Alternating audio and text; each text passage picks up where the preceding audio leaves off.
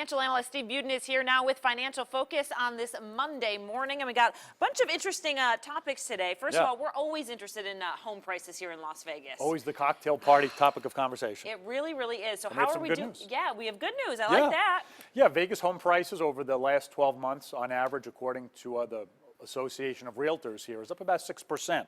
And I bring this up because, number one, it's always good to have it high than it was before, but you don't want it to move too quickly. We learned a tough lesson 8-9 years ago that when you're up 50% per year, you have problems down the line. Right. But a good, slow, steady real estate market is healthy for our economy, and we've begun to see that over the last couple of years. So good news. Yeah, and it's interesting because I was one of those people who had a short sale, and I am just so shy on purchasing again. Yeah. I have just been a renter ever since. So, I mean, because I'm always waiting to hear some good news. Well, here's your good news. Thank you. Go out and buy. All Buy. right. Buy. She wants to be my realtor. Okay. Yes.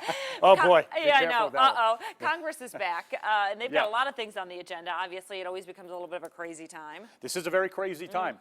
Definitely worse than normal as far as the presidential election. But you mentioned the Zika story a couple of minutes ago. They have to find a funding for the Zika virus, and I have no doubt that they'll find something. You know, Florida is a big state, presidential election, they'll figure something out.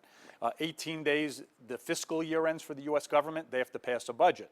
So in 18 days, they have to, the president, I think today, as a matter of fact, is inviting the Republican and Democratic congressional leaders to the White House to figure out a strategy. Both sides would be crazy to shut the government down 4 weeks before an election. Right. So they're so far apart philosophically. The challenge is, how do you come and find compromise? Compromise all of a sudden has become a tough word. Unfortunately, that's the reality. All right, we'll keep watching that one. This next one, it makes me hungry. Eggs, beef, turkey, and bacon, because it's been pretty expensive. Yeah. Yes, and we did this about a year ago when there was a shortage of turkeys and there was a shortage of pigs. Here's some good news. Prices have been going down. Now, you don't normally see it when you're paying $2.50 for a dozen eggs and it drops to $2.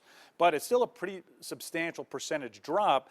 And with the price of all this stuff coming down right around the corner, believe it or not, is Thanksgiving, you should have some lower prices. So we always try to find some silver linings out there. Yeah, so is the population up then, the turkey and the pigs? Yeah, I guess so. I Well, mean, I wasn't out there counting, but I was doing some research, and I guess there was a bird flu last year which drove all of the prices up because there was a shortage, loss of supply and demand count for turkeys and chickens, just like they do for everything else. Right. They seem to have repopulated.